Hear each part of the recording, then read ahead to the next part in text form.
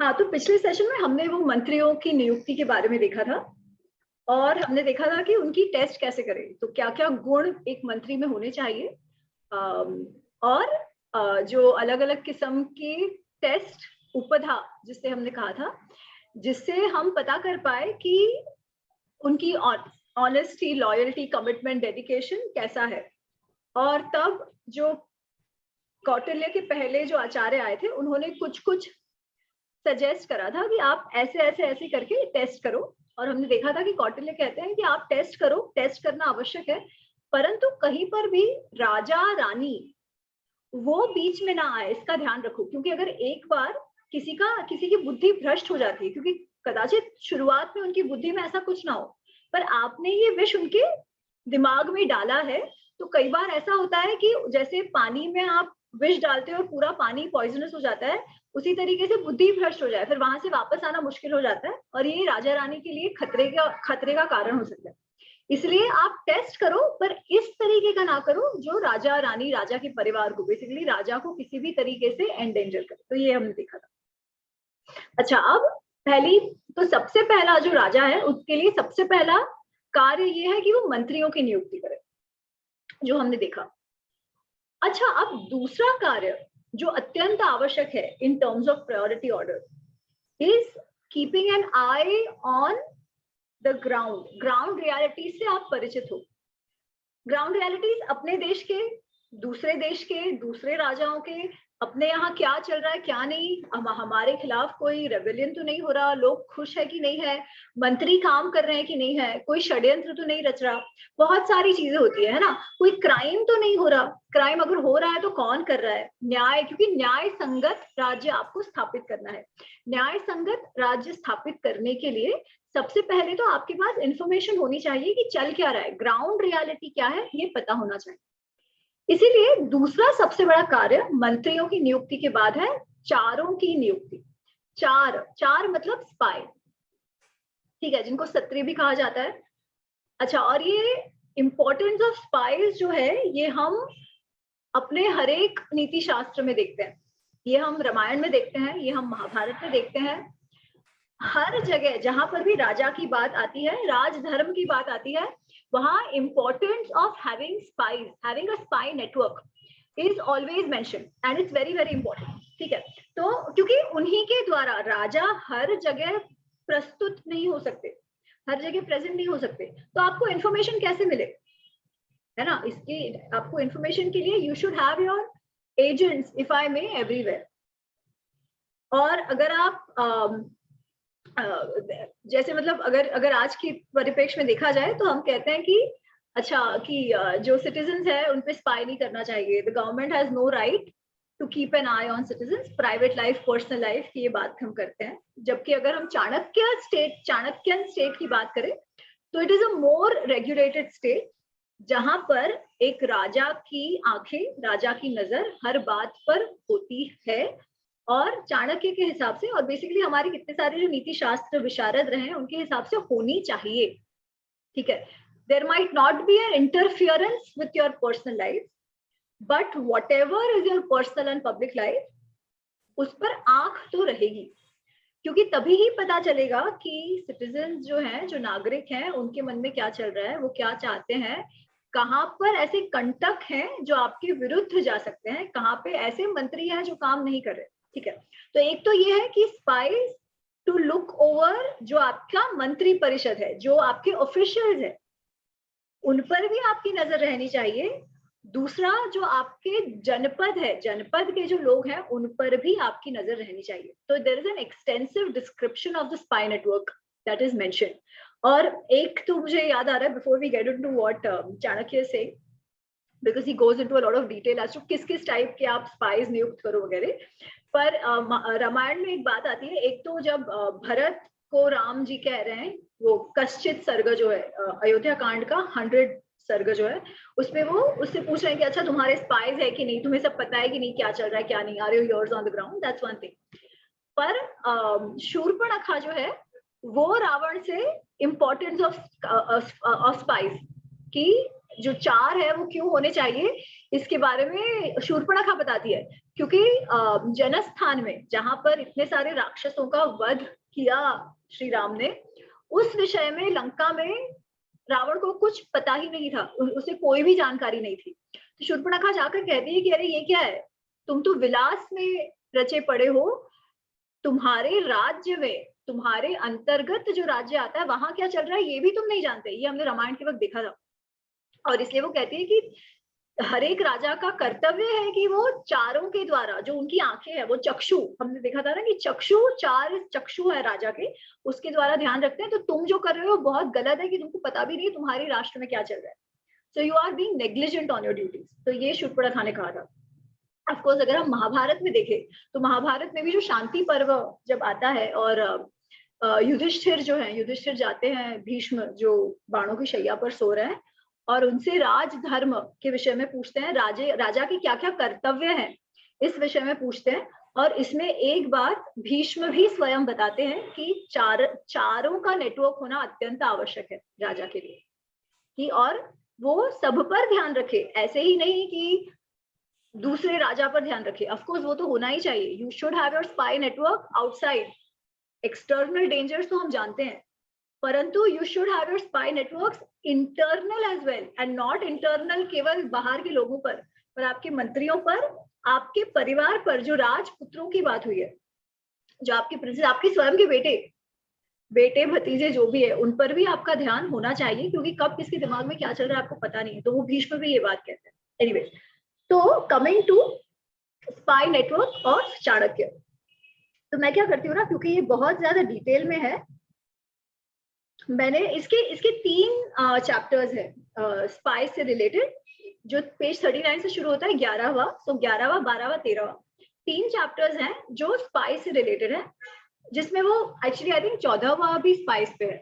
हाँ, I think 4 chapters है spice पे, ठीक है, 11, 12, 13, 14। और उसमें वो 11th और 12th में अलग अलग किस्म के स्पाइस की बात करते हैं। फिर 13th और 14th में अपने देश में स्पाइस को किस तरीके से यूज करें, और फिर 14th में दूसरे देशों में, अपने राज्य के बाहर के देशों में स्पाइस को किस तरीके से यूज करें, इसका उन्होंने डिस्क्रिप्शन दिया हुआ है थोड़ा बहुत, ठीक है। तो मैं वो सबको थोड़ा सा मर्ज कर देती हूँ rather than doing it separate, क्योंकि उसमें थोड़ा सा रिपीटेशन भी है, और मेरे ख्याल से एक साथ करेंगे तो वो ढंग से समझ में भी आएगा, because quite some concepts are actually similar across, ठीक है। तो I will share a few slides, we'll just look at that.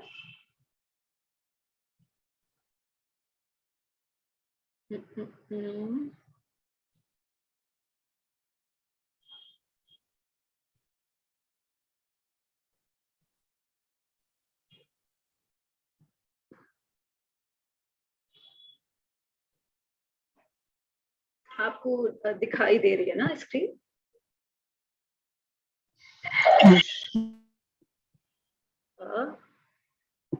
एक सेकेंड,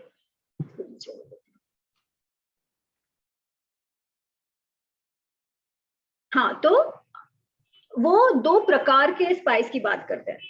एक जो एक जगह पर स्थित हो, ठीक है, वो घूमते फिरते ना हो, वो अपना जो कार्य कर रहे हैं, वो काम कर रहे हैं, वो जो संस्थापित हो, जो स्टेबल स्पाइस है। और दूसरे जो है उनको कहते हैं संचार, जो रोइंग स्पाइस हो। उसका मतलब क्या कि वो लोग एक जगह पर स्थित नहीं है, उनको अलग अलग जगह पर भेजा गया है, अलग अलग रोल्स में नियुक्त किया गया है, ठीक है। तो ये 2 बड़े कैटेगरीज है स्पाइस के। और उसमें अगर हम देखें तो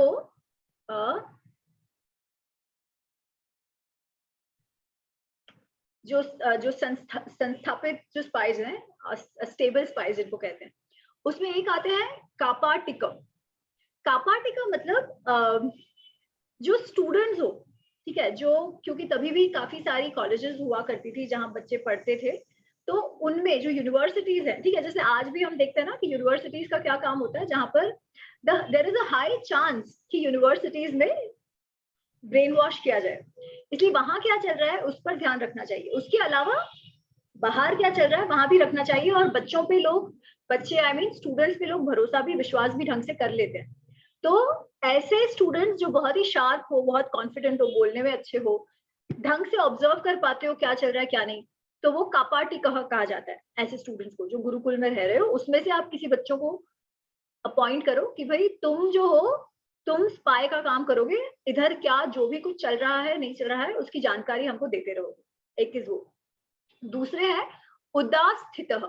उदास्थितः मतलब जो कई ऐसे साधु हैं जैसे, ठीक है, जो जिन्होंने कदाचित वनवास ले लिया हो, या उस समय ये है कि भाई मैं क्या कहते हैं कि या तो मैं भिक्षुक बन गया या तो मैं साधु बन गया, ऐसे कुछ कर लिया है, पर अब वो जीवन से वापस आना चाह रहे हो और कोई रोजी रोटी की तलाश में हो, तो ऐसे जो है इनको भी आप रख लो अपने पास रख लो, हाजिर उनको ऐसा कोई कार्य दे दो और उनको स्पाइंग के जॉब के लिए भी नियुक्त करो, ठीक है। You provide them with certain means of living, क्योंकि they want to come back to a living life, right. पर अब कैसे करो, कई बार ऐसे होता है, ऐसे लोगों को आप नॉर्मल प्रोफेशन में लोग लेते नहीं है, क्योंकि क्या देयर इज अ टैबू कि भाई कोई वनवास के जीवन से वापस क्यों आ गए, ठीक है।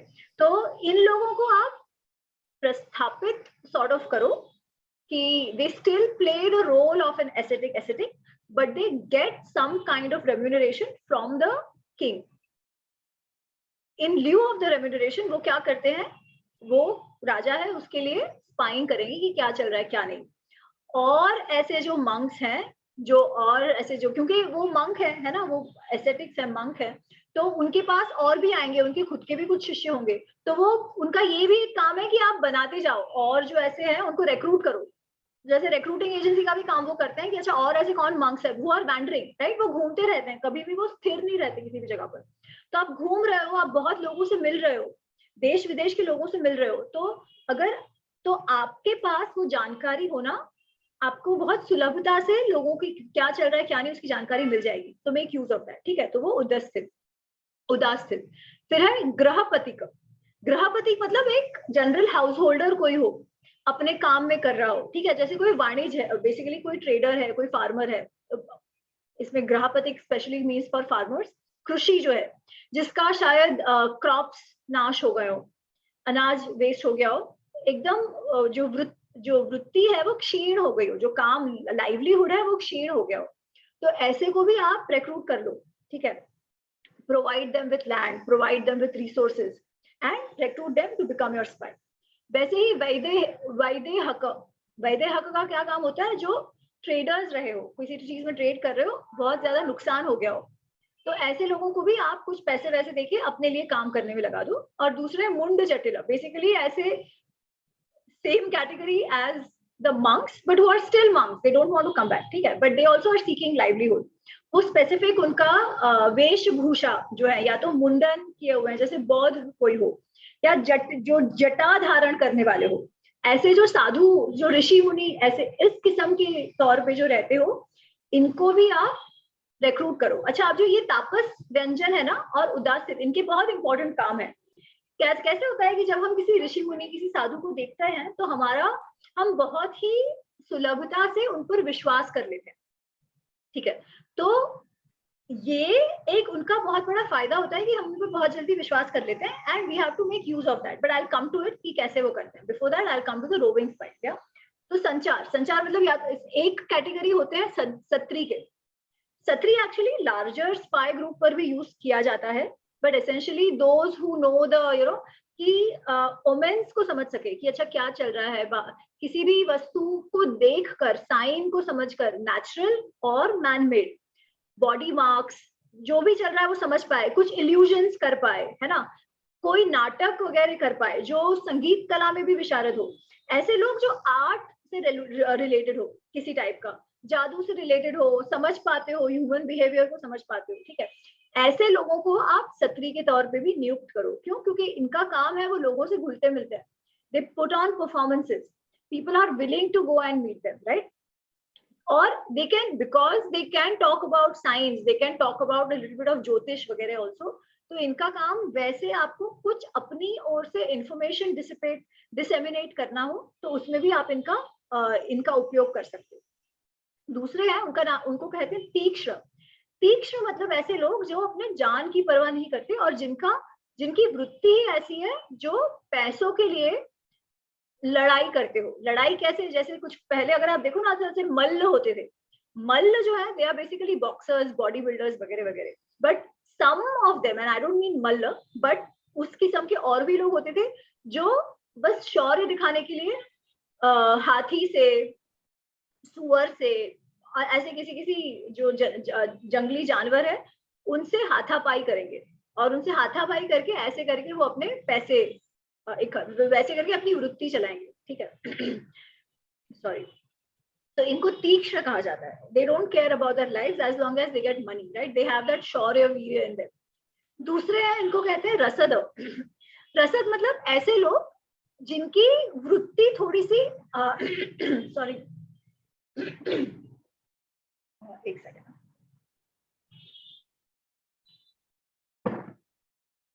जिनकी वृत्ति थोड़ी सी मतलब वो अपने लोगों से भी प्यार नहीं करते, ठीक है। वो ऐसे लोग हैं जो अगर आप उनको पैसे दो और आप उनकी लॉयल्टी अगर पा सको तो वो कुछ भी कर सकते हैं, ठीक है। इस किस्म की वृत्ति वाले लोग रसद कहे जाते हैं। तो मतलब आप ये समझो कि even appointing spice is not easy. जो राजा जिनके साथ मिलकर अपॉइंटमेंट कर रहे हैं उनको बहुत ही समझ से, न्यूएंस समझकर, ह्यूमन साइकोलॉजी, बॉडी लैंग्वेज, हर चीज को समझकर इनका अपॉइंटमेंट करना पड़ता है। ऐसे कोई भी किसी को भी आप कर नहीं सकते, ठीक है। बिकॉज स्पाई बनने के लिए भी कुछ कुछ क्वालिटीज होना आवश्यक है, और सबसे पहली बात तो वो आपको लॉयल भी होने चाहिए, वो भी इंपॉर्टेंट है, ठीक है। एनीवेज, तो फिर जो चौथी कैटेगरी है दैट इज कॉल्ड भिक्षुकी। भिक्षुकी आर लाइक, जैसे भिक्षुक मेल्स होते हैं वैसे भिक्षुकी विमेन होते हैं। It could be widows, it could be wandering monks, women monks, it could be Brahmin women, ठीक है। ऐसी लेडीज जिनको आप आराम से घर पे आने जाने दो,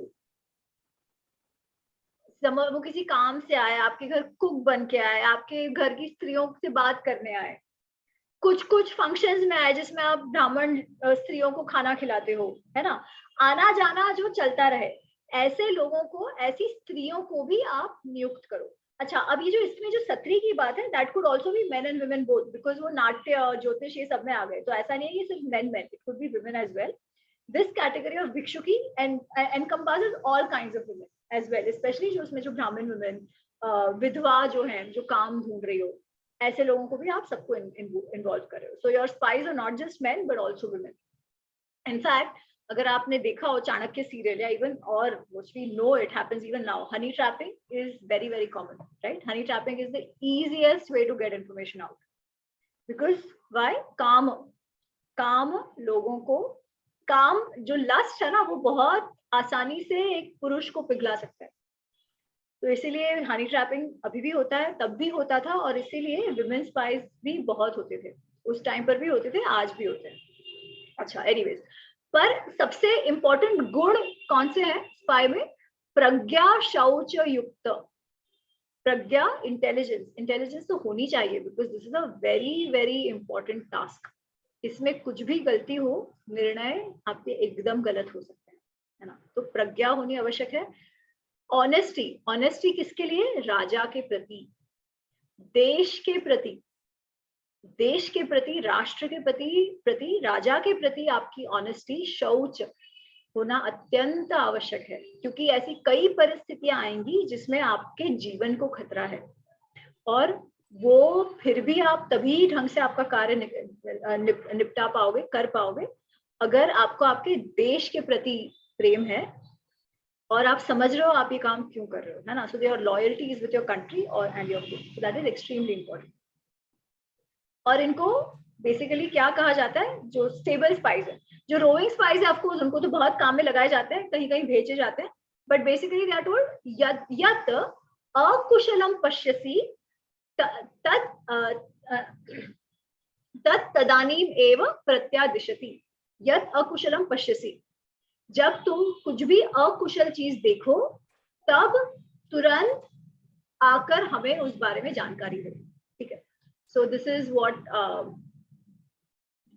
दे are told. Now I just stop sharing, क्योंकि मुझे कुछ कुछ बताना है। हाँ, तो एक हमने जो इसमें देखा कि अच्छा, आप किस तरीके से ये स्पाइस का उपयोग किया जाता था, स्पेशली हम देखें जो हमने वो तापस व्यंजन देखा, जो जो तपस्या, ऐसे ऋषि साधु ऐसे लग रहे हो जो तपस्या में लीन हो, है ना, या ऐसे ऐसे साधु मुनि भिक्षुक, जिन पर लोग आसानी से सुलभता से भरोसा कर सके, उनके लिए कैसे, तो चाणक्य ये भी बताते हैं कि उनका उपयोग कैसे करो, ठीक है। बाकी सबका तो आप जो जो काम कर रहे हो, जैसे वो कृषि है, वो अपने आसपास कोई भी आएगा जाएगा उसका ध्यान रखेगा। ग्राहपति है, वो जो जो ट्रेडर है, वो अपने आसपास कौन लोग आ रहा है कौन नहीं जा रहा है, वो बहुत सारे ट्रेडर से मिलते हैं, बाहर आने वालों से मिलते हैं, उन सबका ध्यान रखेंगे। कापाटिक है, स्टूडेंट्स उस तरीके से ध्यान रखेंगे। बट ये जो तापस, जो साधु मुनि जो है ना, साधु ऋषि, वो सब उनका और एक काम है, to even manage people, not just give information but also manage people। अच्छा, वो कैसे करते हैं, तो वो एक एग्जांपल देते हैं। वो कहते हैं, चाणक्य कहते हैं कि वो जो ये जो तापसी साधु जो लोग हैं ना, वो उनको किसी एरिया में आप स्थापित कर दो और उनके स्टूडेंट्स हो, ऐसे दिखाओ कि वो बहुत तपस्या में लीन है, ठीक है। इतने हद तक कहा गया है कि वो सबको ये कहे कि वो एकदम उपवास पर है, कुछ नहीं खाते, so जब लोग देख रहे होता फिर पर पीछे से अपना पेट भर ले, ठीक है, क्योंकि उनका काम ये नहीं है कि वो तपस्या करे, उनका काम ये है कि इंफॉर्मेशन उनको इकट्ठा करके। तो इस तरीके से वो एक इमेज क्रिएट करे, एक क्रेडिबिलिटी क्रिएट करे कि ये जो साधु है वो बहुत ही सिद्ध पुरुष है। और ये इतने सिद्ध पुरुष है कि ये जो कहते हैं ना, एक तो ये तो आपके जीवन में क्या होने वाला है ये देखेंगे, क्योंकि इनको ज्योतिष आता है, तो ज्योतिष देख के आपको बताएंगे आपके जीवन में क्या होने वाला है, और वो जो कहते हैं ना वो होता है। तो ये जो तापसी स्पाइस हैं, तापस व्यंजन वाले जो स्पाइस हैं, उनके बारे में ऐसी बातें फैलाना वो बाकी स्पाइस का भी काम है, ठीक है। जैसे वैदेहिक है वगैरह वगैरह ट्रेडर्स हैं, उनको भी कहा जाता है कि अच्छा आप इनके बारे में ऐसी बातें फैलाओ। अच्छा, अब जब पता, और अब वो फैलाओ कैसे, there has to be some credibility ना, तो they would create a situation जहां पे suppose some unknown person and some person who's unknown of this whole setup, अगर पता है कि ज्योतिष जानते हैं ये ऋषि, तो आपके पास लोग आएंगे। तो जब आपके पास लोग आए, और तो ये जो ऋषि है वो सपोज ऐसा कोई मनुष्य आया है जो बहुत वाक चतुर हो, बोलने में अच्छा हो, तो ये ऋषि उनको बोलेंगे कि अरे हाँ बहुत अच्छे, तुम्हें तो राजा कुछ ना कुछ इनाम देने वाले हैं, तुम्हारा तो सम्मान होने वाला है राजा द्वारा, ठीक है। अच्छा, अब ये बात वो जो ऋषि है, ये साधु के रूप में जो स्पाई है, उन्होंने ये बात कही। अच्छा, अब ये बात है, you have to ensure it reaches back to the king through the minister और the spy network, and the king should then make it happen, ठीक है, कि एक्चुअली ऐसा कुछ सिचुएशन क्रिएट करे ताकि उस मनुष्य का आदर संस्कार, आदर सम्मान कुछ तो हो, ठीक है।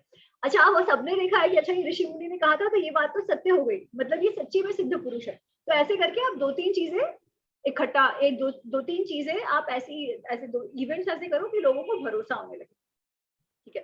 फिर आपके पास ऐसे भी लोग आएंगे, धीरे धीरे लोग और आएंगे आपके पास, आपके साथ खुलते जाएंगे, आपको अपनी बातें बताएंगे। तो फिर इन लोगों को ध्यान रखना है कि क्या कोई ऐसे लोग हैं जो राजा से अप्रसन्न हो। पॉसिबल है ना, कि राजा ने कुछ किया हो, किसी को कुछ दंड दिया हो, उसकी बात ना हुई हो, जो भी कोई भी कारण सर राजा से अप्रसन्न होने वाले कुछ लोग हो जो उनके पास आए हो पूछने के लिए कि आगे क्या होगा, तो ये बात समझ कर पकड़ कर दे should convey it back to the king. अच्छा, अब if there is a genuine reason जिसके कारण ये लोग गुस्सा हो या असंतुष्ट हो, तो राजा तक वो बात पहुंच गई है और ये उनको कहेंगे कि अरे आप चिंता मत करो, सब ठीक हो जाएगा, आपका ये जो प्रॉब्लम है वो राजा जल्दी सॉल्व कर दे, और राजा जो है वो बात कर दे। Now there might be some others जिनका जो असंतुष्ट हो, पर उनका जो कारण है वो एक्चुअली गलत हो, पर वो लोग असंतुष्ट हैं कोई ना कोई कारण से, ठीक है। तो उनको भी थोड़ा सा पहले समझाने का प्रयत्न करें, ताम दाम देकर समझाने का प्रयत्न करें, कुछ अर्थ देकर, मान देकर। पर अगर वो फिर भी नहीं मान रहे, तो राजा नोस कि ये कौन है, तो उनको आपको गुपचुप दंड दे देना है, जो भी आपको करना है आपको वो करना है, ठीक है। But you know there are people जो अनजस्टिफाइड तरीके से इस तरीके से आपसे नाखुश है, तो ये एक जो काम है। अच्छा, और टिपिकली ऐसे जो लोग हैं जो आए हैं आपके पास, ये कोई भी नहीं होंगे, है ना, this will be people, if somebody is upset with the king and going to the extent of talking इस तरीके से, तो they must also be some powerful, some elite group से whatever। तो इस तरीके से इनकी जानकारी जो है वो राजा को जाएगी, and raja can take corrective measures as needed, ठीक है।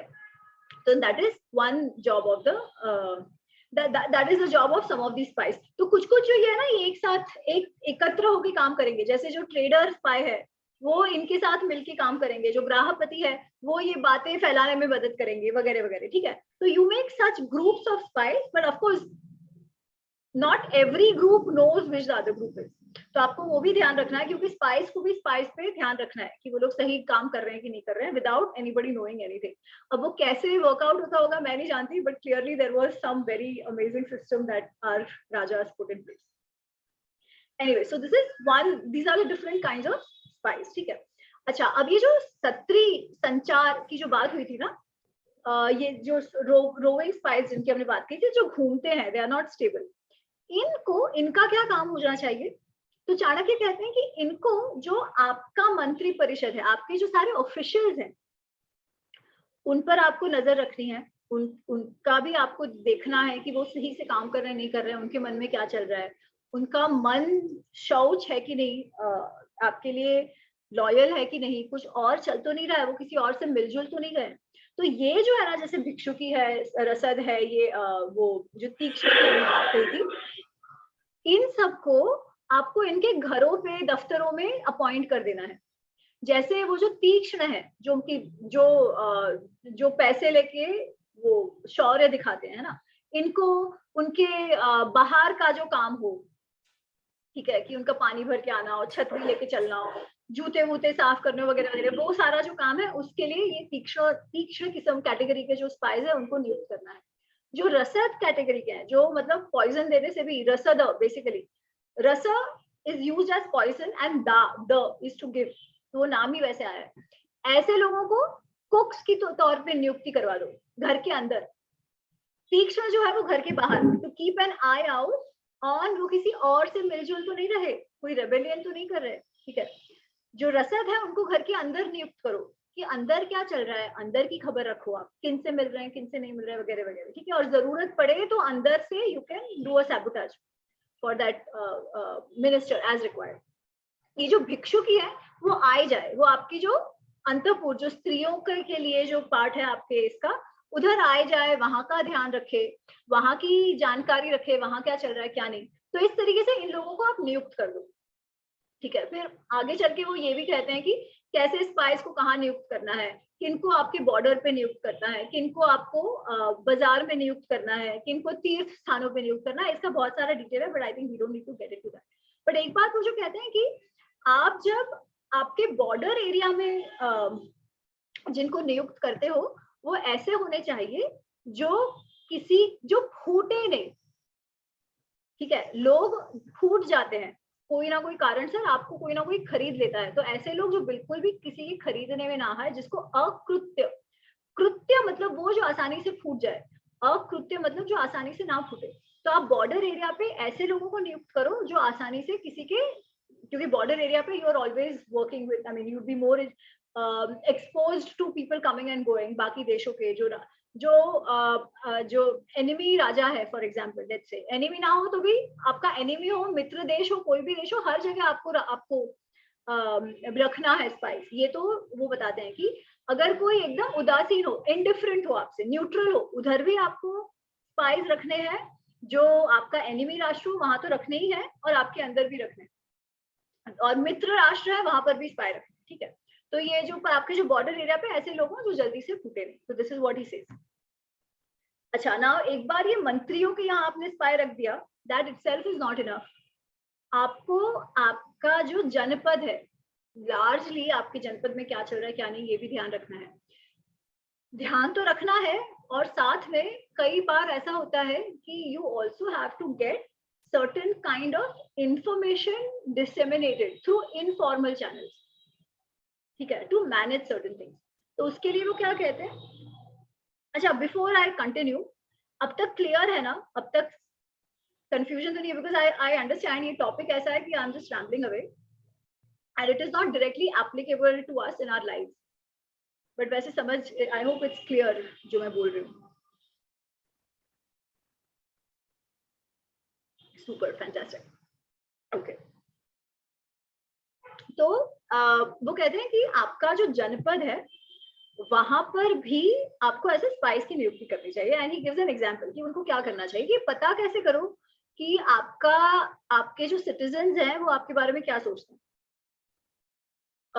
तो ही सेज कि 2-3 ग्रुप ऑफ स्पाइस जो आपके साइड वाले हैं, राजा के ही नियुक्त लोग हैं, वो से बाजार में चले जाए या किसी तीर्थ स्थान पर चले जाए जहां बहुत सारे लोग आए, ठीक है, जहां बहुत सारे लोग मौजूद है। फिर उसमें से एक जन जो है वो राजा की निंदा शुरू कर देगा। वो कहेगा, अरे अपना जो राजा है वो तो किसी काम का नहीं है, ना उसे कोई शास्त्र का ज्ञान है, बिना वजह लोगों को परेशान करता है, बहुत ही तीक्ष्ण वृत्ति का है, वगैरह वगैरह, ठीक है, कि वो तो बहुत ही निष्ठुर है, ऐसे ऐसे बात करेगा। अच्छा, अब जब ऐसे बात करते हैं तो उनको ये भी ध्यान रखना है कि कौन उसके सपोर्ट में है, कौन सपोर्ट में नहीं है, ठीक है। तो इससे पता चल जाएगा कि अच्छा जनरल जो मूड ऑफ द नेशन की हम बात करते हैं, तो वो मूड ऑफ द राष्ट्र, मूड ऑफ द जनपद क्या है, क्योंकि कितने लोग उसके कहने में आ रहे हैं, कितने लोग नहीं कहने में आ रहे हैं, उससे आपको पता चलेगा कौन आ रहा है कौन नहीं, ये आप ध्यान रखोगे। परंतु ये जो लोग हैं, not everybody is going to be influential enough to do something about it, right. अगर वो असंतुष्ट है तो भी, तो आप उनको किस तरीके से समझाओ कि आपको ये नहीं करना चाहिए एंड राजा इज सुप्रीम। तो फिर ये जब बात चल रही होगी ना, तो दूसरा जो है वो आके कहेगा, अरे नहीं नहीं, तुम जो ये बात कर रहे हो वो बिल्कुल सही नहीं है, राजा तो इंद्र के समान होता है। मनुस्मृति, मनु जो है वो कह के गए कि राजा की क्या पोजीशन है, राजा ना हो तब तो मात्स्य न्याय हो जाएगा, इसीलिए राजा को दंड भी देना पड़ता है। अगर राजा दंड ना दे तो बड़ी मछली छोटी मछली को खा जाएगी, इसलिए वो जो कर रहे हैं वो एकदम सही कर रहे हैं, हमको ऐसे राजा को क्वेश्चन नहीं करना चाहिए, ठीक है। तो ये सेटअप है, वो लोग ही आपस आपस में ऐसी बात करते हैं, और वो लोगों का जो बिहेवियर है, वहां पे व्यवहार है, वो ऑब्जर्व करते हैं, उनकी मानसिक स्थिति क्या है वो ऑब्जर्व करते हैं, और पता रखते हैं कि देन कौन ऐसा है जो अभी भी असंतुष्ट है, कौन ऐसा है जो असंतुष्ट है, जो संतुष्ट है बेसिकली, ठीक है। और जो असंतुष्ट हो उसके लिए फिर आप क्या करो, the raja needs to do something about it, right. तो जो असंतुष्ट है उनको, जो संतुष्ट है उसका भी आप ध्यान रखो, उनको आप अलग अलग कामों में लगाओ, उनको आप मान पैसा वगैरह दो। जो असंतुष्ट है आपको पता है उनके साथ आप क्या करो, तो उनको भी आपको संभाल के रखना होगा, ठीक है। अच्छा, अब let me go to, he goes to the discussion of कि कैसे परिस्थिति में लोग असंतुष्ट होते हैं, और इस प्रकार के लोग और किस टाइप के लोग बिक जाते हैं, या जैसे एनिमी जो है वो आपको आराम से तोड़ ले, आपको इंस्टिगेट करके, आपको सेड्यूस कर ले, आपको इंस्टिगेट कर ले और अपनी तरफ खींच ले, ठीक है। कौन ऐसा, किस किस्म के ऐसे लोग होते हैं जो बिक सकते हैं एनिमीज को, तो उसके लिए वो क्या कहते हैं, and I will actually go into a little bit of detail in that. पर उसके पहले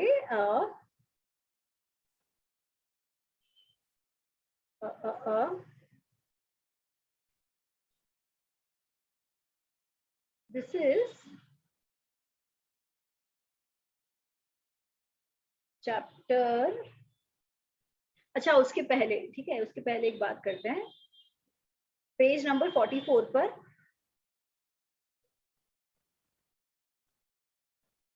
पेज नंबर 44 पर 17(3) है, ठीक है, कि मतलब अगर स्पाइस आपने नियुक्त कर दिए, जो मैं कह रही थी कि आप सारे जो आपके मंत्री वगैरह वगैरह हैं उनके पर आप स्पाइस नियुक्त कर दो, और आपको एक जो स्पाई है वो आके कुछ जानकारी दे, तो should you just believe it और should you confirm it, then what is the best वे।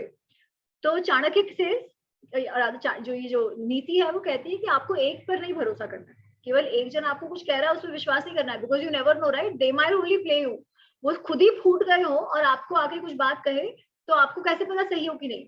इसीलिए आपको तभी भरोसा करना है जब 3-4 जो है, जो 3 आपके स्पाइस है, when they tell you the same thing, when it is corroborated, when it is basically confirmed by others, उसी को आपको मानना है। तो 17 श्लोका से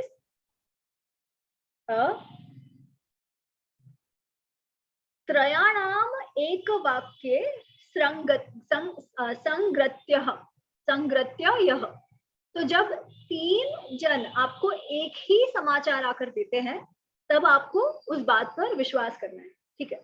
अच्छा, अब पॉसिबल है कुछ स्पाइस आपको सही से आकर ना जानकारी दे, तो उनके बारे में क्या करना है? देन ही से, तो श्लोक नंबर 18, तेषाम अभीक्ष्ण विनिपाते तुष्णी दंड प्रतिषेधो वा कंटक शोधने कंटक शोधन उक्त च आप सर्प परेषु कृत्वेतना वसेयुः संपात निश्चरार्थम तह उभयो वेतनः।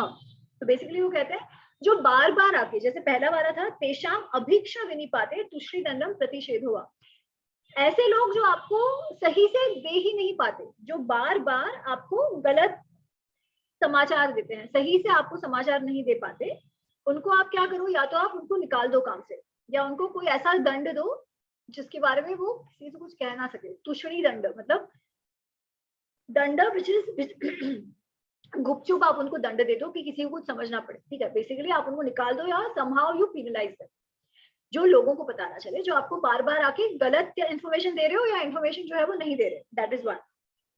सेकेंड, वो कह रहे हैं कि आप जो स्पाइस को नियुक्त कर रहे हो, कंटक शोधन, कंटक शोधन मतलब finding out the criminal, finding out कंटक कौन है, कौन ऐसे ऑब्स्टेकल्स है वगैरह, तो इसके लिए आपने स्पाइस को नियुक्त किया है, और आपने स्पाइस को मंत्रियों के घरों पे नियुक्त किया है, दूसरे राजा के यहाँ नियुक्त किया है, उनके कामों में नियुक्त किया है, जैसे कुक है, वो वाटरमैन है, काम वाले हैं, नहलाने वाले हैं, जो भी मालिश वाला है, जो भी आप कह रहे हो, तो ये जो है ना उनको उभय वेतन कहा जाता है। उभय वेतन मतलब जहां पर वो एम्प्लॉयड है वहां से भी उनको पैसे लेने हैं, नहीं तो सामने वाले को शक हो जाएगा ना, संदेह हो जाएगा कि अरे वो फ्री में क्यों कोई कर रहा है, तो उनको उभय वेतन कहा गया है। उभय वेतन मतलब आप जिनके यहाँ काम कर रहे हो उनसे तो आप लो, because you are an employ, है ना, you are an employ at that person place, तो उनकी का आप काम लो, साथ में राजा भी आपको वेतन दे रहे हैं, ठीक है, तो आपको उभय, उभय मतलब दोनों की ओर से वेतन मिल रहा है।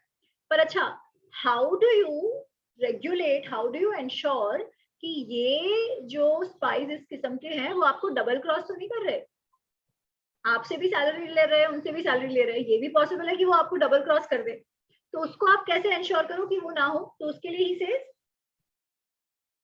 ग्रहित पुत्र दारांश कुर्यात उभय वेतनान तांश्च अरिग्रहितान विद्या तेषाम शौचम च तद्विधैहि।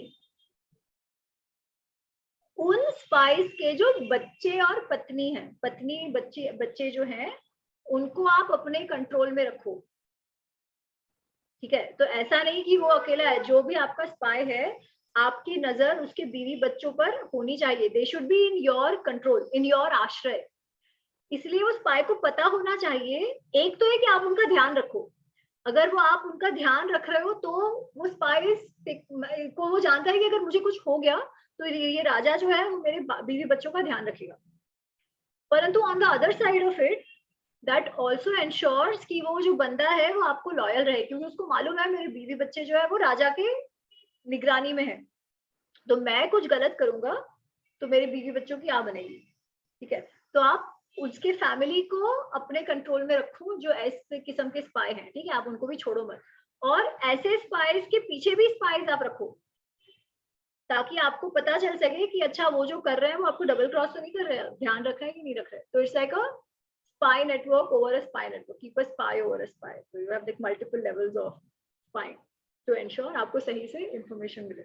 तब तो क्योंकि सोशल मीडिया ये सब नहीं था, अब तो वो आईटी सेल्स होते हैं, साइबर सिक्योरिटी वगैरह वगैरह होता है, वो सब तब तो नहीं था, but they did what they could in the means they had। हाँ, तो ये हो गया अलग अलग तरीके से। हाँ, अच्छा, अब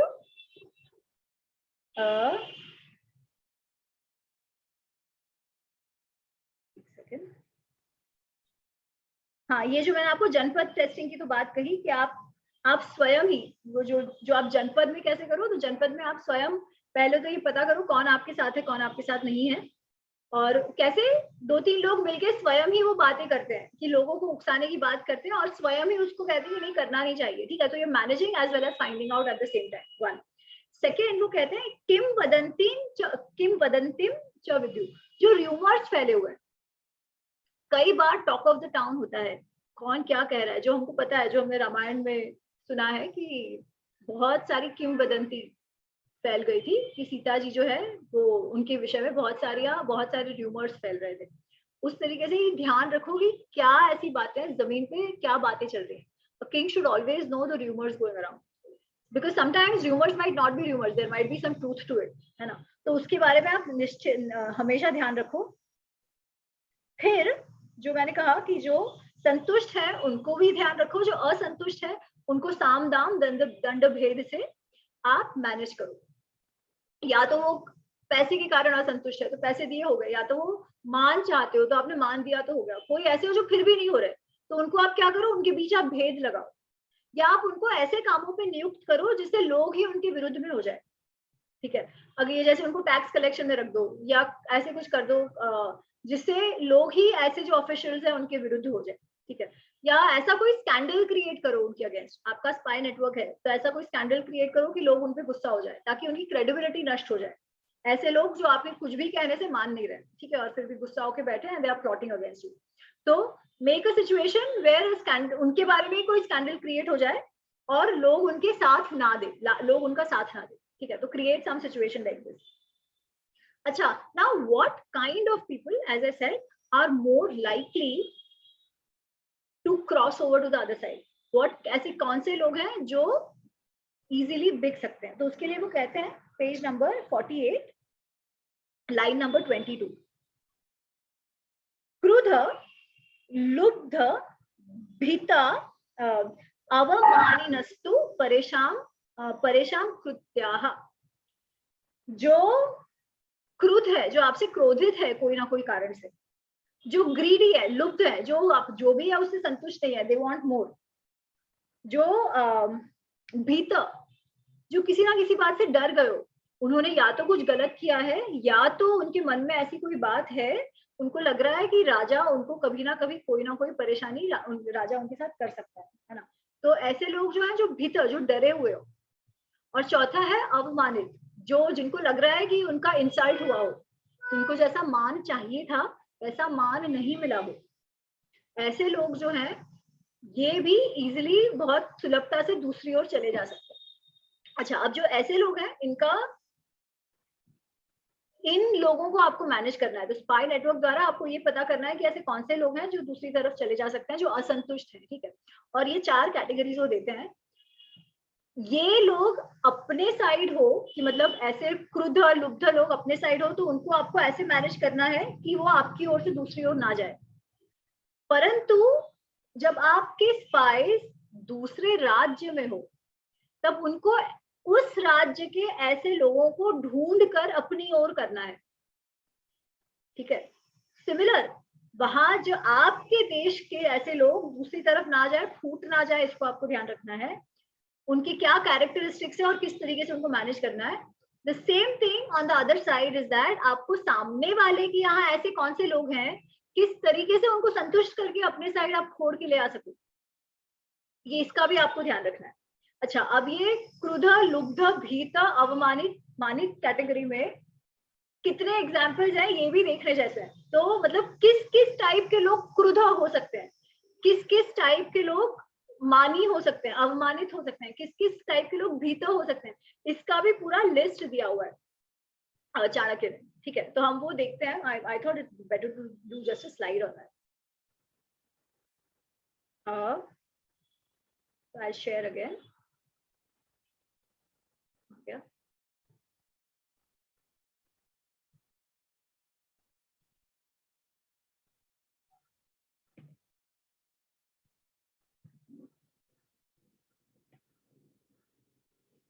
तो ये है क्रुद्ध वर्ग।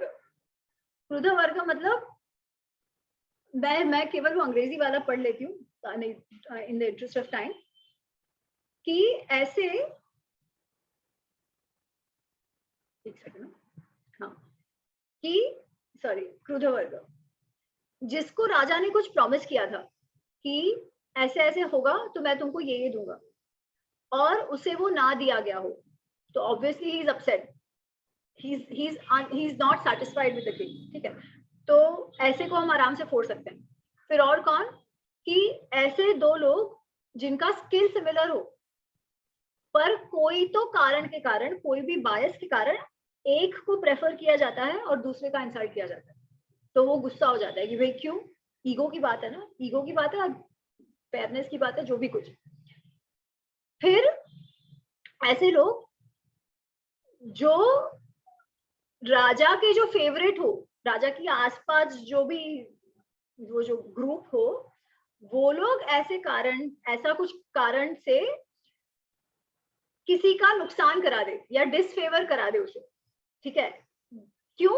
क्योंकि अब मेरी राजा के साथ बनती है, तो पर मेरी राजा के साथ बनती है और मेरे इस से मयूर के साथ नहीं बनती, तो मैं राजा को जाके ऐसी इसके कान भरूंगी कि राजा मयूर को जो देना चाहिए वो नहीं देगा, तो इस कारण से तो मयूर क्या होगा, Mayur will be angry with the king, right, with the king and people around it. तो उस किस्म के लोग, तो वो इतना इतना सारा क्यों बता रहे हैं, why is he listing all this out? क्योंकि वो कह रहे हैं कि एक जो स्पाई है उसको इन सब चीजों का ध्यान रखना चाहिए, इवेंट्स का ध्यान रखना चाहिए कि आज ऐसा ऐसा हुआ, तो अब पॉसिबल है ये मनुष्य जो है ये गुस्सा हुआ होगा, तो जो गुस्सा हुआ होगा उसकी मानसिक परिस्थिति को हम किस तरीके से एक्सप्लॉइट करें, किस तरीके से रीइंफोर्स करें ताकि वो अपने राज्य के काम आ सके, ठीक है। फिर समा हुई पराजिता, कि उसको पहले तो चैलेंज करता है, फिर जो हार जाता है तो अगेन ईगो का प्रश्न, तो वो बहुत ज्यादा गुस्सा हो जाता है। फिर ऐसा जिसको देश निकाला दे दिया गया हो, बहुत टाइम तक अपने परिवार से मिलने ना दिया गया हो किसी भी कारण से, वो गुस्सा होगा बहुत ज्यादा।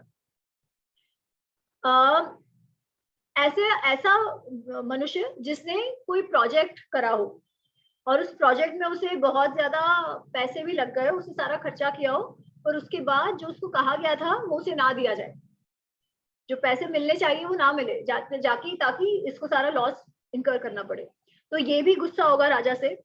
फिर ऐसा जो अपना जो धर्म का जो काम है वो उसे ना करने दिया जाए, ठीक है, या उसका जो इनहेरिटेंस है वो उसको ना दिया जाए, कोई भी कारण से इंसल्ट किया जाए उस समाज का या जैसे भी, वैसा मनुष्य जो है वो भी बहुत गुस्सा होगा।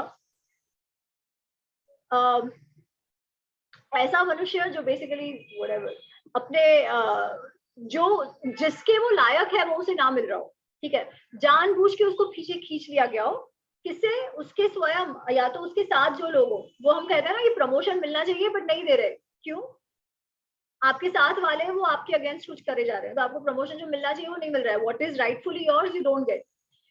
जिसकी स्त्री के साथ कुछ गलत हुआ हो, वो तो मनुष्य बहुत ही गुस्सा होगा, है ना, एंड वो किसके कारण गलत हुआ है, राजा या राजा के ऑफिशियल्स के कारण, जिसकी स्त्री का वायोलेशन हुआ या मोलेस्ट की गई हो राजा या उसके ऑफिसर्स के कारण।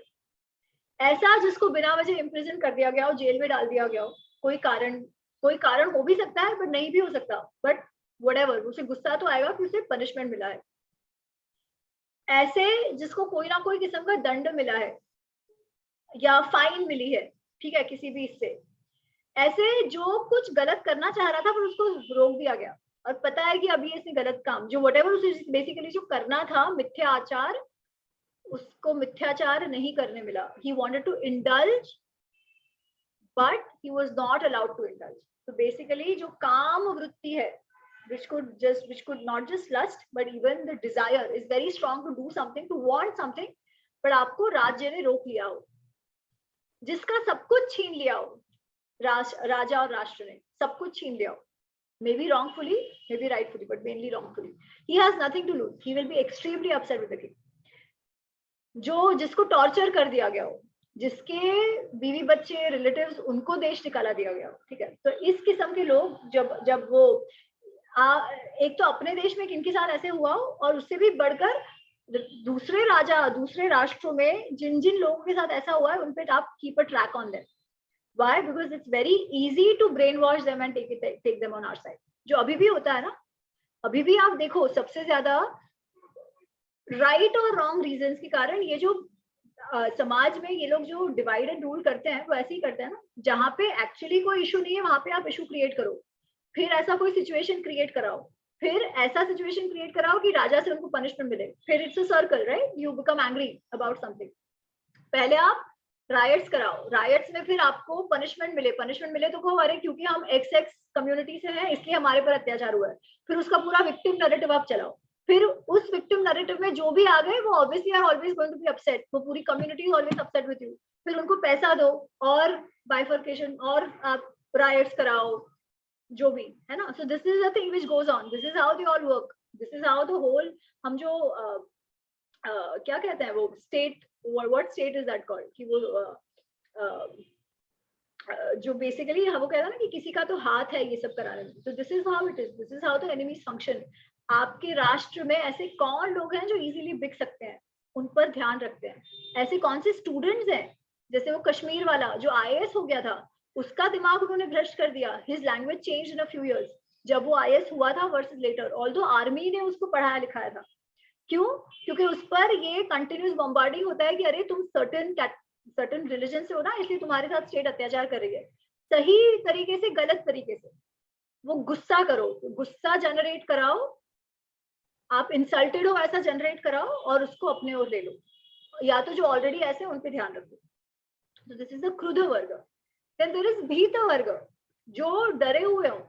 इसमें कैसे आते हैं कि कोई आपको डरा रहा है रेगुलरली, ठीक है, कोई भी कारण से, या ऐसा जिसने सच्ची में कोई क्राइम किया हो और वो भागना चाह रहा हो, उसको पता है कि राजा को पता चल जाएगा तो मेरे को कुछ ना कुछ होगा, it could be a crime, it could B जो पाप, जो हमें पाप समझे वही, ठीक है, या मैंने कुछ किया है किसी को मालूम नहीं है, परंतु किसी और को जिसने मेरे जैसा काम किया था उसको राजा से दंड मिला है, भले राजा को अब तक मेरे बारे में कुछ पता नहीं है, then I am constantly living in that fear कि पता नहीं क्या हो जाएगा, मुझे कुछ ना कुछ होगा।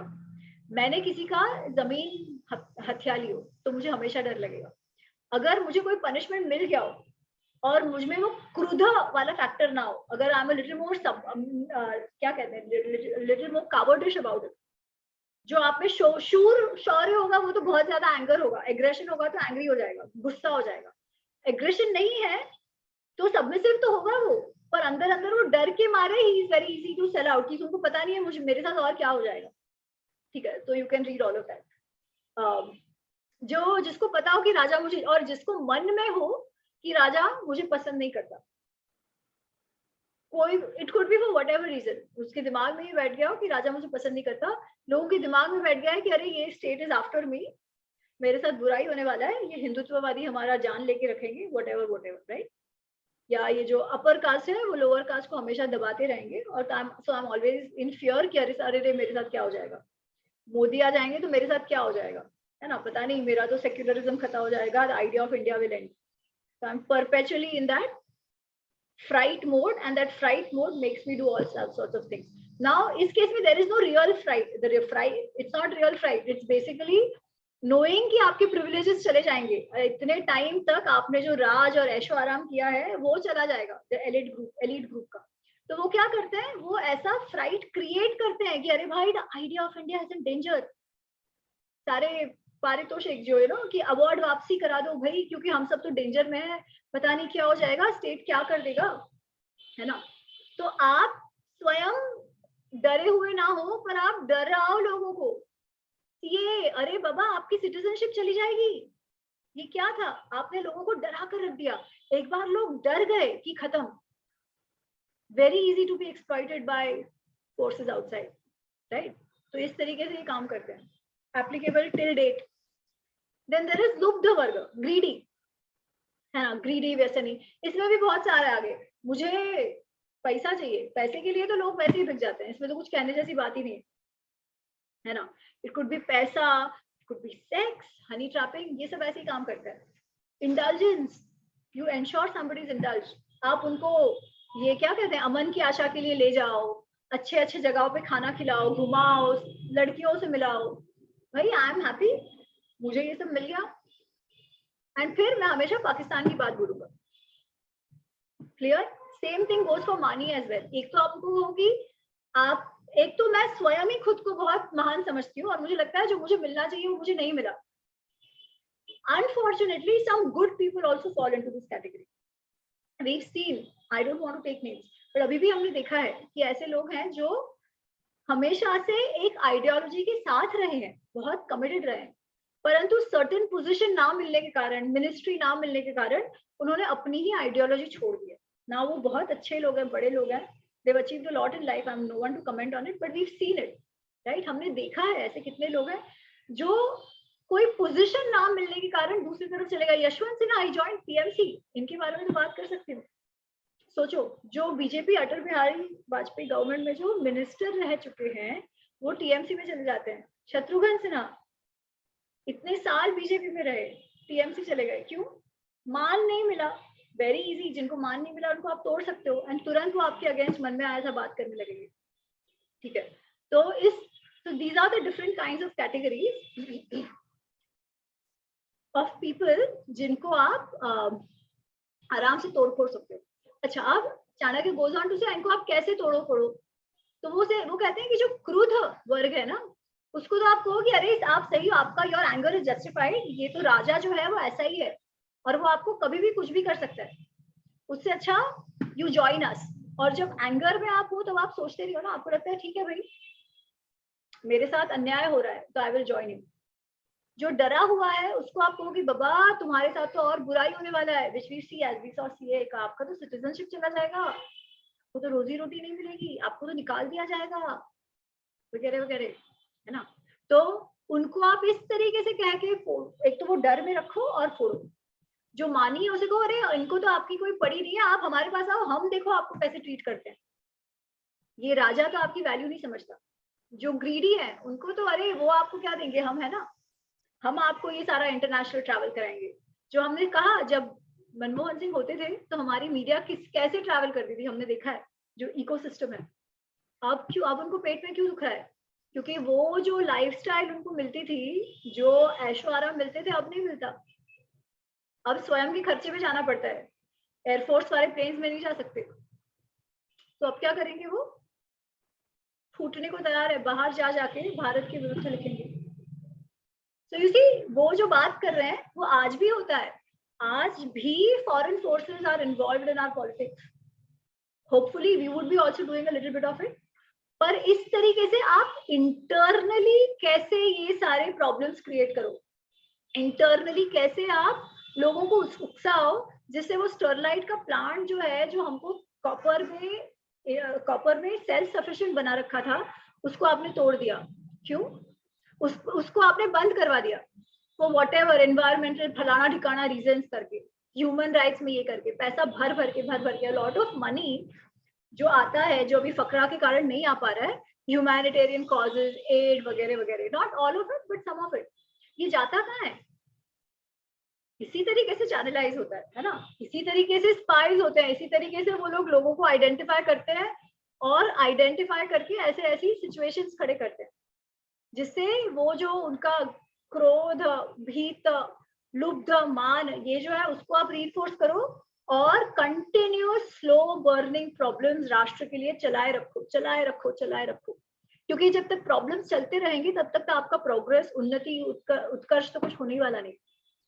तो पहले तो आप या तो डायरेक्ट चढ़ाई करके राजा को वीक रखो, या फिर अंदरों अंदर ऐसा कुछ ना कुछ करवा के, तोड़ फोड़, भेद करवा के आप उस राजा को वीक रखते रहो, जो आपसे, जिस पे आप डायरेक्ट चढ़ाई नहीं करते हो, है ना? तो आजकल वो जो गोरिल्ला वॉरफेयर की बात होती है, of course one guerrilla warfare is कि आप जो शिवाजी के टाइम पे था वैसे नहीं, but this is also type of warfare only, information warfare जो हम कहते हैं, जो इंटरनली इस तरीके से गलत गलत ये करके करा जाता है। And that is how they actually keep track of कौन है उगता तारा। आप देखो, दे नो वेरी वेल कि कौन अभी इन्फ्लुएंशियल हो जाएगा। आप सोचो, ध्रुव राठी, क्या स्टैंडिंग है उस लड़के की, इतना ज्यादा बड़ा कैसे हो गया वो? Look at so many such people. वो Gurmehar Kaur, how did they become so big कि बड़े बड़े जयपुर लिटरेचर फेस्टिवल यहाँ वहां हर जगह उनको बुलाया जा रहा है। ऐसे it is not sudden, there's something going on, there's some mental brain, some brain going on behind this, right? कि आप उनको बड़ा ही ऐसे लोगों को करो जो एक सर्टेन नैरेटिव पेडल करे। वॉशिंगटन पोस्ट में राणा आयोग कैसे लिख पा रही है? उसकी भारत में क्रेडिबिलिटी नहीं है। How is it happening? Exactly this way. जो चाणक्य कह रहे हैं वो आज अपने पर ही उपयोग हो रहा है। Exactly that. Anyway, so that is it. I think आज के लिए we'll end here. फिर so this was a chapter. These were few chapters on spice. और इसके बाद we will get on to a next chapter. तो हमने मंत्रियों का हो गया, spice का हो गया. Now we'll see the third important part, which the Raja has to do. वो अपन अगली बार शुरू करेंगे. मयूर पूछ रहे हैं, do we have any meaning definition of secularism in context of Hinduism? अच्छा, secularism का अर्थ क्या? पहली बात तो वो. Secularism मतलब keeping the religion out of the state and keeping the state out of religion, both. ठीक है, उसका अर्थ religious practices में state shouldn't have a role to play. They can do what they want to do. On the other side, when it comes to justice वगैरह वगैरह जो भी कुछ, religion cannot be a part of how you disburse justice, how you, जो आपकी जो न्याय प्रणाली है, whatever आपका जो laws है, they are sort of religious indifferent, so to say. But actually secularism की जो शुरुआत है, that happened the other way around. To say कि church जो करेगा उसमें state मगजमारी नहीं करेगा. That is how it started. जबकि अगर हम धर्म की बात करें तो हमारे में एक तो रिलीजन जैसा कुछ है नहीं, है ना. हम तो धर्म की बात करते हैं. तो धर्म इज सस्टेनेबिलिटी बाय इटसेल्फ. हम जब न्याय प्रणाली की बात करते हैं तब हमारे न्याय प्रणाली में वैसे भी हम रिलीजन स्पेसिफिक है नहीं. तो the way I see this, dharma itself does not need any crutch of secularism, because dharma जब न्याय की बात करता है तब वो मनुष्य के कृत्य को देखकर करता है ना. So I don't actually, secularism in an Indian context is a complete farce. इसीलिए जब आप धर्मनिरपेक्ष हम बात करते हैं, धर्मनिरपेक्ष इज गलत. एक्चुअली उसका हिंदी ट्रांसलेशन है संप्रदाय निरपेक्ष. धर्मनिरपेक्ष आपके अगर धर्म आधारयति इति धर्म, वही नहीं रहा सोसाइटी में, तो फिर क्या, सोसाइटी इटसेल्फ विल कोलैप्स. तो वो तो नहीं हो सकता. संप्रदाय निरपेक्ष, संप्रदाय निरपेक्ष is that the state will not follow any specific संप्रदाय. और भारत के केस में तो कैसा है कि धर्म, अलग अलग रिलीजन को छोड़ो, हिंदू धर्म में बहुत सारे संप्रदाय भी है, which basically ideally that would go on to say that state will not interfere in the practices of the sampradaya. जो सबरीमाला केस की जो बात है ना, what Sai talks about, the sampradaya itself has certain rights, the deity itself has certain rights to say कि अच्छा, these are the limitations, this is the framework under which the sampradaya will operate. पर अपने यहाँ हो क्या गया है, अपने यहाँ क्या हो गया है कि when it is क्रिश्चियनिटी, मुसलमान, whatever, तो उसमें तो कोई इंटरफेयर नहीं करता. पर जो हिंदू संप्रदाय है, हिंदू प्रैक्टिसेस है, उसमें state gets involved very easily. That is the problem. Not to say that state should not get involved in anything, right? Because there are certain moral standards, certain individual esteem की बात, ये क्या कहते हैं कि self respect, individual respect की बात, where अगर discrimination हो रहा है, oppression हो रहा है, the state has to get involved. But it can't just be selective. Our secularism is so farce in every way. हाँ Rajeshwari ji, your hand has been up. Anyways, the point is not to discuss secularism. So I'm sorry, Mayur, this is going on a different track. Huh? So anything related to what we discussed now? Rajeshwari ji, हाँ. Rajeshwari ji, sorry. Yes. Namaste, Amy ji. I joined for the first time today, and that's thanks to daylight saving that. It's 1 hour. Because I have a class that goes late on Friday too. But thank you so much. तो अभी आप कर पाओगे join. At least अगर हाँ, अभी मैं बहुत ही इंटरेस्टिंग है. और मैं सोच रही थी ये धार्मिक और अधार्मिकता की हमारे यहाँ बहुत स्ट्रॉन्ग कॉन्सेप्ट है.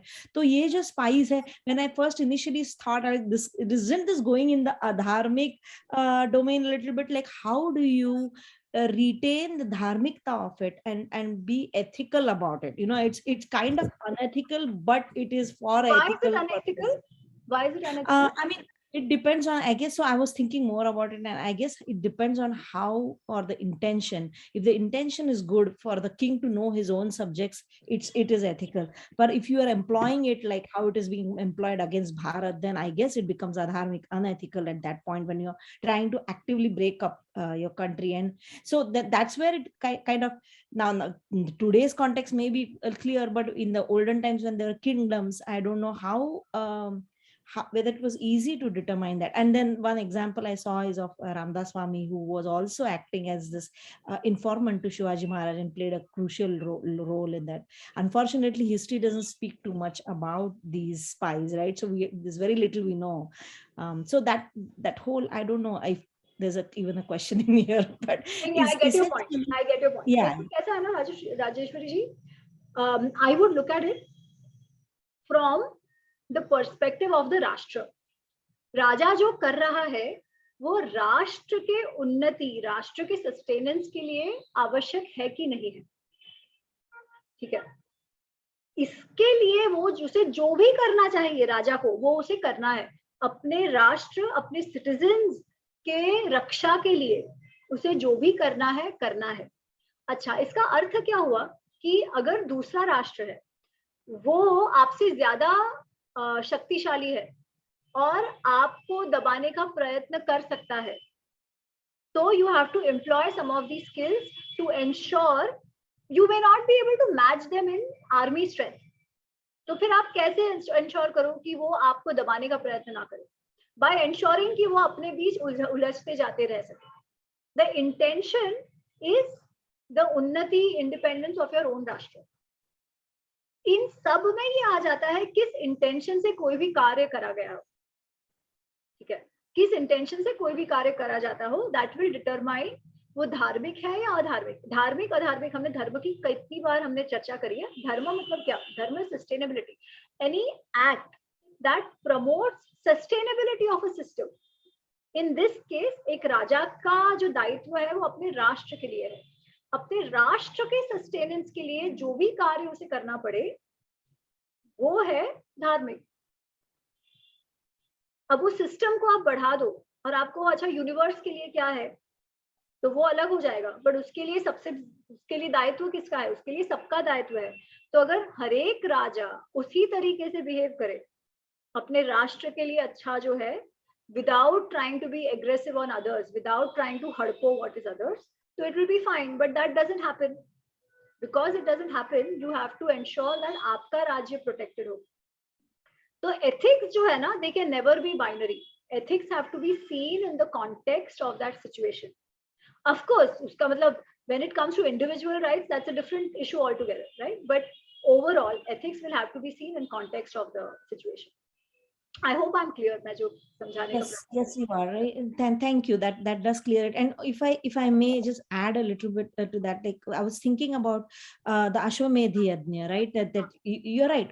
Where your kingdom is there, maintaining that makes perfect sense. But something like Ashwamedh, I'm just using that as an example. Right. When the king is expanding their kingdom, now is that ethical or not? अच्छा, so if you see अश्वमेध kingdom, अश्वमेध यज्ञ, हमारे जो यज्ञ होते थे ना, तो एक राजा का क्या काम है कि अपनी ट्रेजरी को बढ़ाता रहे, ठीक है, अपनी ट्रेजरी को बढ़ाता रहे.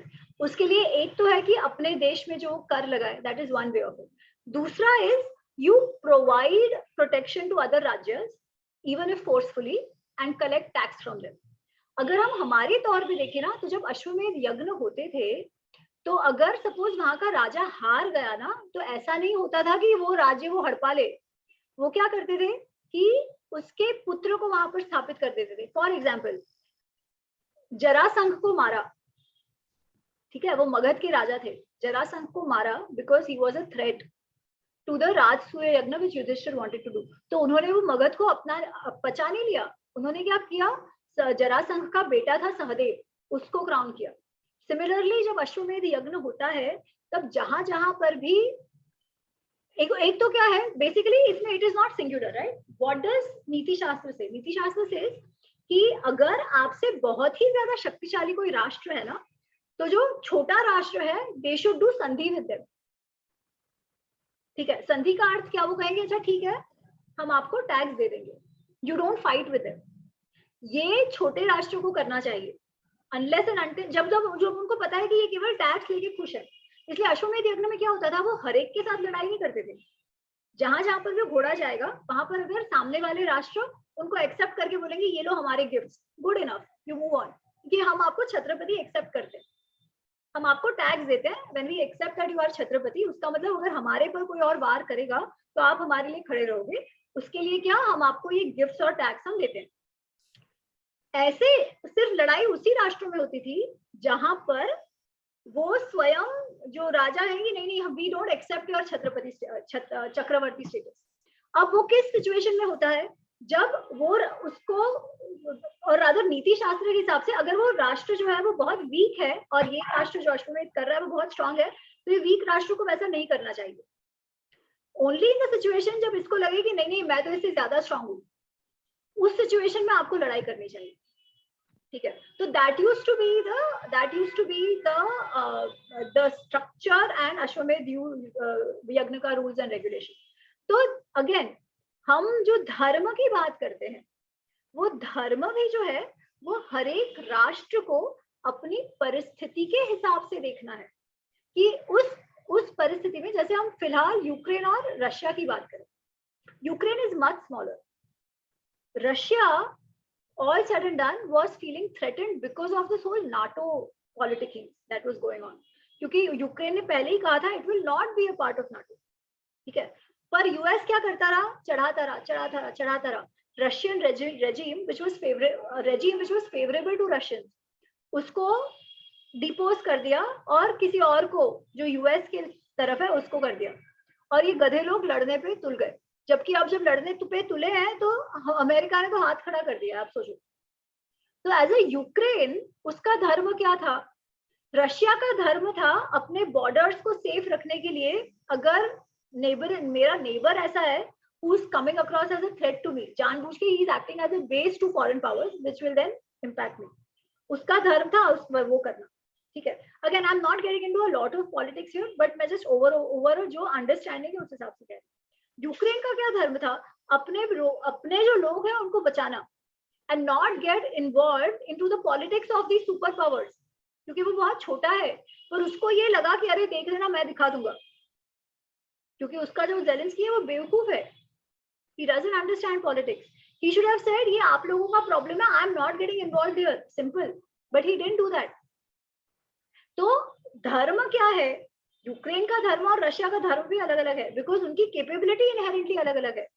सबसे बड़ा धर्म है कि रक्षा करना, अपने जो सिटीजन है उसकी रक्षा करना, and Zelensky has completely failed on that part, right. तो वो भी जो भी हम कौन किस पे अटैक करता है, तभी जो दूसरा है उसका क्या ये होना चाहिए, उसका किस टाइप का रिएक्शन होना चाहिए, that will also depend on the capability of that other राष्ट्र। बिकॉज अश्वमेध तो करना चाहिए एक राजा के लिए, अपने ट्रेजरी को भरना, छत्रपति बनना, to have that ambition is also important. वो क्षत्रियों के लिए वो कहा गया है that it is important for them. Right. No, this way that you explained makes a lot of sense. So thank you so much. अच्छा, लास्ट 5 minutes, हाँ, then we close। हाँ मयूर, आप कुछ कह रहे हैं? जिस फाइट की रिगार्डिंग जो धर्म संकट है उसको कैसे मतलब देखते हैं कि कोई एक बार ऐसा हुआ कि उसके राजा के लिए कुछ वो करेगा तो सही है। आवाज नहीं अभी आ रहा है क्या आवाज? हाँ हाँ हाँ बताइए। मैं ऐसा बोल रहा हूँ कि धर्म संकट को कैसे स्पाई जो ग्राउंड पे वर्क कर रहा है वो राजा के लिए किसी को मार रहा है या कोई बेगुनाह को कुछ भी हो रहा है, मतलब दूसरे लोगों को हानि पहुंचा रहा है, तो उस केस में मतलब वो धर्म संकट को कैसे हैंडल करेगा, इसके रिगार्डिंग कुछ दिया हुआ है क्या? नहीं, धर्म संकट होना ही क्यों चाहिए, सब स्पाई का धर्म क्या है? मतलब अपने राष्ट्र के लिए काम करना, इंफॉर्मेशन निकालना है ना। एग्जैक्टली, राष्ट्र के लिए काम करने के लिए बड़ा क्या है, इंडिविजुअल या राष्ट्र? इंडिविजुअल, नो सॉरी, राष्ट्र के लिए आपको जो करना है वो आपको करना है। Actually there is no dharma sankat, but in reality there is, because ये क्लैरिटी नहीं होती है ना। हम हर चीज को बाइनरी में देखते हैं, अरे किसी को मारना तो बुरी बात है, पर अगर आप उसको मार रहे हो वो आपके राष्ट्र के लिए खतरनाक है, तो आप इसमें गलत क्या हुआ, किसी को मारना नहीं मारना। और ये कंफ्यूजन इसलिए है क्योंकि हम अहिंसा, सत्य इन सबको समझते नहीं है। The eventual aim is dharma sthapna. Dharma sthapna of what? The system that we are a part of, which is a rashtra in this case. Okay, Poonam ji, last word from you. Yes. I just wanted to say, अभी इन्होंने I think Rajeshwari जी ने बात करी थी expansion of kingdom.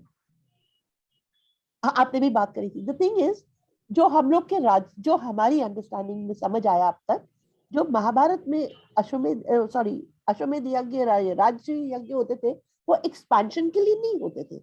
They were just like उनकी एक संगठन बन जाता था कि हमारी आपसे ये है, हम आए हैं, हम ज्यादा पावरफुल है, लेट्स मीट एंड से हम लोग एक दूसरे पर अटैक नहीं करेंगे और जिसके ऊपर तकलीफ आएगी दूसरा will stand and help. So that is in effect the raja of both countries जो कि ट्रीटी करते हैं या जो छोड़ते हैं, they are actually working towards avoiding the conflict that can hurt their own citizens and ensuring, at least trying to ensure कि लड़ाई नहीं होगी.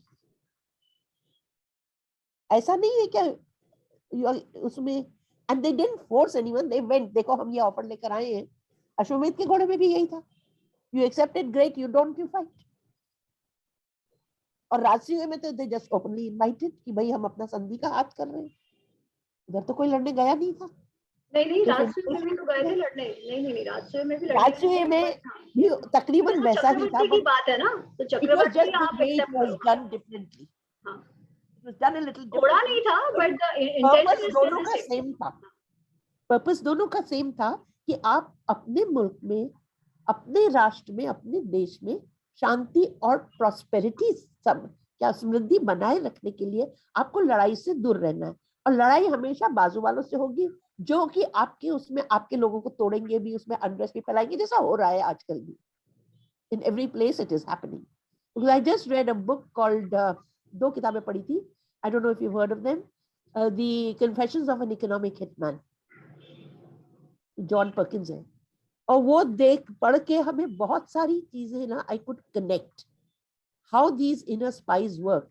और जब आपने बोला कि ये इसकी बात हुई, ये जो चैरिटी वर्कर्स हैं, I realized in the past 10 years that 90% of the funding that is coming from the philanthropic heritage foundations and all those, all over the world, they are going to break up the locals.